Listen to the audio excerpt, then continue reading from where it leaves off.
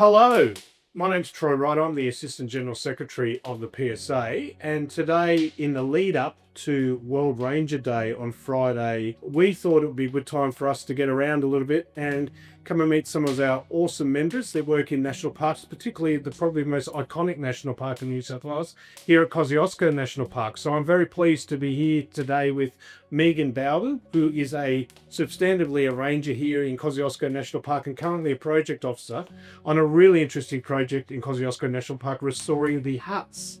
Also with us is Kim DeGovrick, a former ranger of 40 odd years of service and now with the PSA as an organiser. Welcome to you both. Thank you. Thank you for your time, Megan. We are here on a freezing cold Tuesday. Thank God for the fire. Megan, your project is a really interesting one because I certainly think about national parks about being about protecting the natural environment. You've been doing a project here with the huts, which is really also protecting and restoring the human environment. Can you tell us a bit about what the huts are, like what their history is in the national park? Sure. So yes, cultural heritage is just as important as the natural heritage. So Yeah. we have over 60 huts in the park, Yeah. all different. So they're really important because they represent the different land uses, the history of the park. So from the timber getter to the miners to the stockmen to the construction of the snowy scheme, and for later on when being used for being built for seeing or walking. Yeah, right. But they're also significant because of the different how they've been built. So some are made out of the river stone, like the ones down at G High. Others are made out of weatherboards, like Delaney's here, so we had sawmill just around the corner. And others are made out of split slab, that Cascades and Oldfields hut. And others are made out of round earth, like the old Washington Hotel and down that way. So, and some are made out of logs, like the old Daniel Boone type. Pretty plain. Pretty plain hut. And Vickery's hut, Vivier is one of the ones who built. So they're important because of the way they've been built, and they've all been built differently.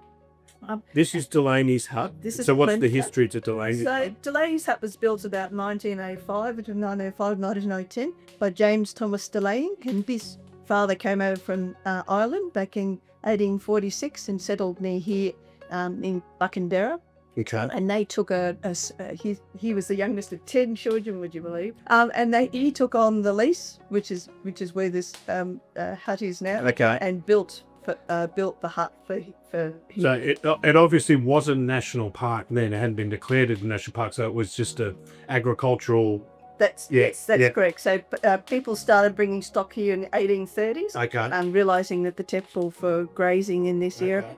And it was owned by the Crown at that stage. So grazing was free for all until they brought in leases, and so people could apply for a lease. Okay. Is there like renting it into the block of land for them to breed stock on? So Megan, the history of Delaney's hut is 100 and bit years old. But this isn't Delaney's hut. This has had to be recreated because of the 2020 fires, and I understand that's been the major part of your work, isn't it? Yes, that's right. So this hut actually burnt in 2003, and we rebuilt it in 2008. Yep. And then it burnt again, unfortunately. Many huts were saved due to the effort of firefighters, but unfortunately we lost it in 2020. Yep.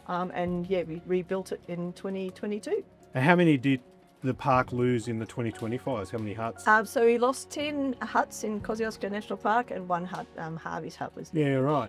And they've all been successful? They've all been rebuilt. So we started in planning in 2021. So recording what was left of the hut, and then working with the family descendants of those who built and have used the huts, as well as with the Kosciuszko volunteers from the Kosciuszko Huts Association. We drew up a bit of a program to make that decision about A, yes, we're going to rebuild, and then B, how we're going to do it. Yeah. Because you imagine sourcing materials as well is quite challenging as well.